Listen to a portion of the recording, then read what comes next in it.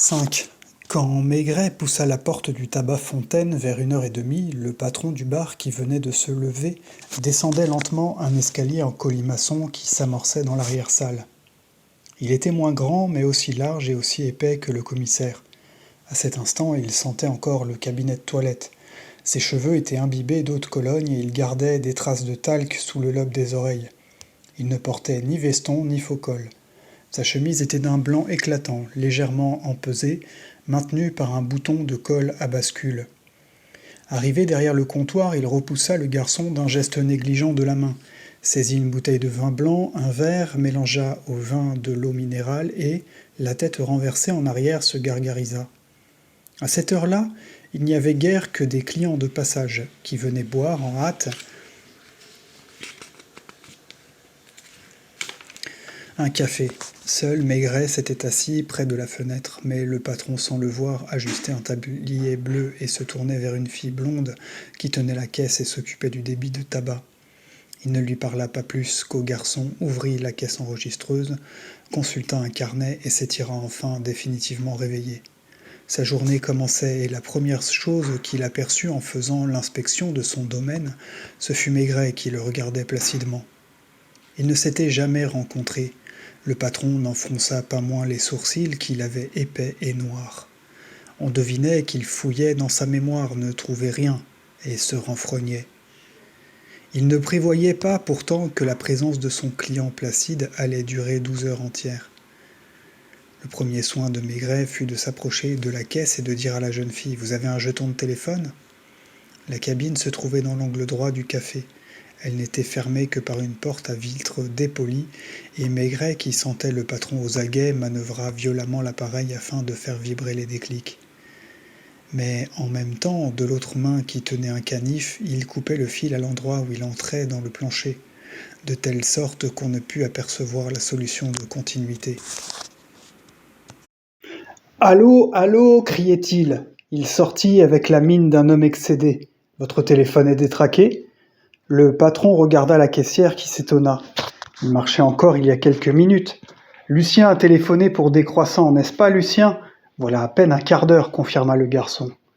Le patron n'était pas encore soupçonneux, mais il n'en observait pas moins Maigret à la dérobée. Il entra dans la cabine, essaya d'obtenir la communication, s'entêta pendant 10 bonnes minutes sans apercevoir le fil coupé. Maigret, impassible, avait repris sa place et commandé un demi. Il faisait provision de patience.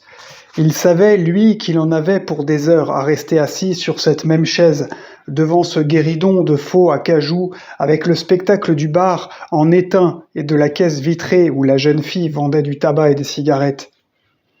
En sortant de la cabine, le patron referma la porte d'un coup de pied, marcha jusqu'au seuil du café et renifla un moment l'air de la rue. Il était tout près de Maigret, qui ne le quittait pas des yeux, et, sentant enfin ce regard accroché à lui, il se retourna vivement. Le commissaire ne sourcilla pas. Comme un client qui va s'en aller, il avait gardé son pardessus et son chapeau. Lucien file à côté et téléphonait pour qu'on vienne réparer l'appareil. Le garçon sortit en courant, sa serviette sale à la main, et le patron servit lui-même 2 maçons qui entraient funambulesques sous une couche presque régulière de plâtre. Les doutes du bistrot durèrent peut-être 10 minutes encore. Quand Lucien annonça que le monteur ne viendrait que le lendemain, le patron se tourna à nouveau vers Maigret et murmura entre ses dents « Salaud !» Cela pouvait s'appliquer au monteur absent, mais une bonne partie de l'injure n'en était pas moins adressée au consommateur en qui l'homme reconnaissait enfin un policier. Il était 2h30 et ce fut le prologue d'une comédie interminable qui échappa à tout le monde. Le patron s'appelait Louis. Des clients qui le connaissaient venaient lui serrer la main et échangeaient quelques mots avec lui. Louis servait rarement lui-même. La plupart du temps, il se tenait en retrait derrière le comptoir, entre le garçon et la jeune fille aux cigarettes. Et par-dessus les têtes, il épiait Maigret. Il ne se gênait pas plus que celui-ci se gênait. Cela aurait pu être cocasse car ils étaient gros tous les deux, et larges, et lourds, et ils jouaient à qui ne broncherait pas. Ils n'étaient pas plus bêtes l'un que l'autre non plus. Louis savait très bien ce qu'il faisait quand, de temps en temps, il lançait un coup d'œil vers la porte vitrée, avec la crainte de voir arriver certaines personnes. À cette heure, la rue Fontaine vivait la vie banale d'une rue quelconque de Paris. En face du bar, il y avait une épicerie italienne où des ménagères des environs venaient faire leur marché. Garçon, un calvados. La caissière était aussi molle que blonde et regardait Maigret avec un étonnement croissant. Quant au garçon, il avait flairé quelque chose, il ne savait quoi au juste et il adressait parfois un clin d'œil au patron. Il était un peu plus de 3 heures quand une grosse voiture à carrosserie claire s'arrêta au bord du trottoir. Un homme grand et brun, encore jeune, la joue blanche marquée d'une balafre, en descendit et pénétra dans le bar, tendit la main par-dessus le zinc. « Salut Louis !»« Salut Eugène !» Maigret voyait Louis de face et le nouveau venu dans la glace. « Une menthe à l'eau, Lucien, en vitesse !» C'était un des joueurs de belote, sans doute le tenancier d'une maison de Béziers dont Fernande avait parlé. Il portait du linge de soie et ses vêtements étaient bien coupés. Lui aussi répandait un léger parfum. « T'as vu le... » Il ne continua pas la phrase. Lucien lui avait fait comprendre que quelqu'un écoutait, et soudain, Eugène regardait lui aussi, Maigret par le truchement du miroir. Un siphon glace, Lucien. Il prit une cigarette dans un étui à initiales, l'alluma à l'aide d'un briquet. « Beau temps, hein ?»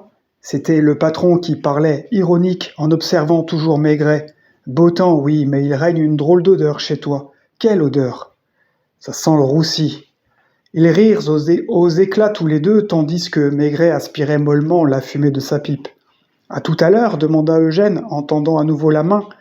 Il voulait savoir si l'on se réunirait comme d'habitude. « À tout à l'heure » Cette conversation avait mis Louis en verve, car il saisit un torchon sale et s'approcha de Maigret avec un sourire en coin.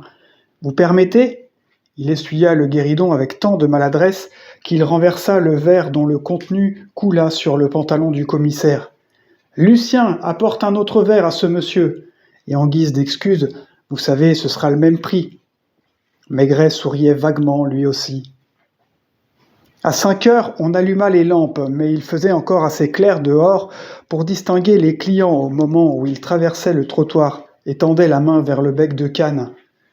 Quand Joseph Audiat arriva de la sorte, Louis et Maigret se regardèrent comme d'un commun accord et, dès lors, ce fut un peu comme s'ils eussent échangé de longues confidences. Il n'y avait pas besoin de parler du Floria, ni de Pépito, ni de Cajot. Maigret savait, et l'autre savait qu'il savait. « Salut, Louis !» Audiat était un petit homme tout habillé de noir, le nez légèrement de travers, les prunelles très mobiles. Arrivé au comptoir, il tendit la main à la caissière en disant « Bonjour, ma belle enfant !» Puis à Lucien « Un petit Pernod, jeune homme !» Il parlait beaucoup. Il avait toujours l'air d'un acteur en représentation. Mais Maigret n'eut pas besoin de l'observer longtemps pour deviner, sous ses apparences, un fond d'inquiétude. D'ailleurs, Audiat avait un tic. Dès que le sourire disparaissait de ses lèvres, il le reconstituait automatiquement d'un effort. Encore personne d'arrivé. Le café était vide. Il n'y avait que 2 clients debout au bar. Eugène est passé. Le patron recommençait la scène qu'il avait déjà jouée, désignait Maigret à Audiat. Celui-ci, moins diplomate qu'Eugène, se retourna d'un mouvement vif, regarda Maigret dans les yeux, cracha par terre. « À part ça, dit-il alors, rien, tu as gagné ?» Des nèfles, on m'avait donné un tuyau qui a crevé. Dans la 3e, où j'avais des chances, le cheval rate le départ. Donne-moi un paquet de gauloises, bel enfant. Il ne tenait pas en place, passait d'une jambe sur l'autre, agitait les bras, la tête. On peut téléphoner ? Impossible. Monsieur là-bas a démoli l'appareil. Nouveau regard de Louis à Maigret. C'était la lutte avouée. Audiat n'était pas rassuré, il avait peur de faire une gaffe car il ignorait ce qui s'était passé avant son arrivée. « On se voit ce soir ? Comme d'habitude !» Le garçon de café but son Pernod et s'en alla. Louis, lui, s'installa à la table voisine de celle de Maigret où on lui servit un repas chaud que le garçon avait préparé sur le réchaud de l'office. « Garçon !» appela le commissaire. « Voilà, 9 francs 75. Apportez-moi 2 sandwichs au jambon et un demi. » Louis mangeait une choucroute réchauffée garnie de 2 saucisses appétissantes. « Il reste du jambon, monsieur Louis ? Il doit y en avoir un vieux morceau dans la glacière. » Il mangeait bruyamment, en exagérant la vulgarité de ses gestes. On servit à Maigret 2 sandwichs secs et ratatinés, mais il feignit de ne pas s'en apercevoir. « Garçon, de la moutarde !» Il n'y en a pas. Les 2 heures qui suivirent furent plus rapides car le bar était envahi par des passants qui prenaient l'apéritif. Le patron daignait servir lui-même. La porte s'ouvrait et se refermait sans cesse, envoyant chaque fois à Maigret un courant d'air froid, car il commençait à geler. Pendant quelque temps, les autobus qui passaient furent bondés, avec des gens juchés sur le marchepied. Puis, petit à petit, la rue se vida. À la rumeur de 7 heures du soir succéda un calme inattendu qui préludait à l'agitation si différente de la soirée. L'heure la plus pénible fut de 8 à 9. Il n'y avait plus personne. Le garçon mangeait à son tour. La caissière blonde avait été remplacée par une femme d'une 40aine d'années qui commença à trier et à empiler toutes les pièces du tiroir-caisse. Louis était monté dans sa chambre et quand il revint, il avait mis une cravate et passé un veston. Joseph Odia apparut le premier quelques minutes après 9 heures, chercha Maigret du regard, se dirigea vers Louis. « Ça va ? » ?»« Ça va. Il n'y a pas de raison pour que ça n'aille pas, n'est-il pas vrai ?» Mais Louis n'avait pas son allant de l'après-midi. Fatigué, il ne regardait plus Maigret avec la même assurance. Et Maigret lui-même n'était-il pas envahi par une certaine lassitude ? Il avait dû boire de tout, de la bière, du café, du calvados, de l'eau de Vittel. 7 ou 8 soucoupes s'entassaient sur le guéridon et il devait boire encore. Tiens, voilà Eugène et son copain. La voiture bleu pâle s'était à nouveau rangée le long du trottoir et 2 hommes entrèrent dans le bar. Eugène d'abord, habillé comme l'après-midi, puis un homme plus jeune, un peu timide, qui souriait à tout le monde. « Et Oscar ? Il va sûrement venir. » Eugène fit un clin d'œil en désignant Maigret, rapprocha 2 guéridons et prit lui-même le tapis rouge et les jetons dans un casier. « On commence ?» Chacun, en somme, jouait la comédie, mais c'était Eugène et le patron qui menaient le jeu. Eugène surtout, qui arrivait tout frais au combat. Il avait des dents éblouissantes à un enjouement qui n'était pas fin, et les femmes devaient être folles de lui. « Ce soir au moins on verra clair, dit-il. » « Pourquoi » questionna Odia, qui, dès lors, devait toujours retarder sur les autres. « Parce qu'on a une fameuse chandelle, tiens !» La chandelle, c'était Maigret qui fumait sa pipe, à moins d'1 mètre des joueurs. Louis, d'un geste rituel, prit l'ardoise et la craie. C'était lui qui avait l'habitude de marquer. Il traça les colonnes, les initiales des partenaires. « Qu'est-ce que vous prenez » demanda le garçon. Eugène fit de petits yeux, regarda le verre de calvados de Maigret et répondit « Comme monsieur !»« Un Vittel fraise » fit Odia mal à son aise. Le 4e avait l'accent marseillais et ne devait être à Paris que depuis peu de temps. Il calquait son attitude sur celle d'Eugène pour qui il semblait avoir une profonde admiration. « La chasse n'est pas fermée, dis donc, Louis !» Cette fois, Louis lui-même ne comprit pas. « Est-ce que je sais ? Pourquoi demandes-tu ça ? » ?»« Parce que je pensais à des lapins. » C'était encore à Maigret que cela s'adressait. L'explication vint aussitôt cependant que les cartes étaient distribuées et que chacun les disposait en éventail dans sa main gauche. « Je suis allé voir le monsieur tout à l'heure. » Il fallait traduire « Je suis allé avertir Cajot. » Odia leva vivement la tête. « Qu'a-t-il dit ?» Louis fronçait les sourcils, trouvant sans doute qu'on allait trop loin. Il se marre, paraît qu'il est en pays de connaissance et qu'il prépare une petite fête. À tout carreau, tierce haute, c'est bon ? 4e. On sentait qu'Eugène, surexcité, ne pensait pas au jeu, mais ruminait de nouvelles saillies. Les gens de Paris, murmura-t-il soudain, vont passer leurs vacances à la campagne, par exemple, dans la Loire. Le rigolo, c'est que les gens de la Loire viennent passer leurs vacances à Paris. Ça y était enfin. Il n'avait pas résisté au désir de faire savoir à Maigret qu'il était au courant de tout. Et Maigret fumait toujours sa pipe, réchauffait son calvados dans le creux de sa main avant d'en boire une gorgée. « Fais attention à ton jeu » riposta Louis, qui regardait de temps en temps la porte avec inquiétude. Atout et ratatou, 20 de belote et 10 de dernière. Un personnage entra qui avait l'air d'un petit boutiquier de Montmartre, vint s'asseoir sans rien dire, entre Eugène et son compagnon marseillais, un peu en retrait, et toujours silencieux, serra la main de chacun. Ça va demanda Louis. Le nouveau venu ouvrit la bouche et il n'en sortit qu'un filet de voix. Il était aphone. Ça va. T'as pigé lui cria Eugène dans l'oreille, ce qui indiquait que l'homme était sourd par surcroît. Pigé quoi fit la voix fluette. On dut lui écraser le pied par-dessous la table. Enfin, le regard du sourd atteignit Maigret, s'arrêta un bon moment. Il esquissa un sourire. J'ai compris. À tout trèfle, je passe. Passe. La rue Fontaine avait recommencé à vivre. Les enseignes lumineuses s'étaient allumées et les portiers avaient pris leur place sur les trottoirs. Celui du Floria vint chercher des cigarettes sans qu'on s'occupât de lui. À tout cœur. Maigret avait chaud. Tout son corps s'était ankylosé, mais il n'en laissait rien paraître, et l'expression de son visage restait la même que quand, à 1h30, il avait pris sa faction.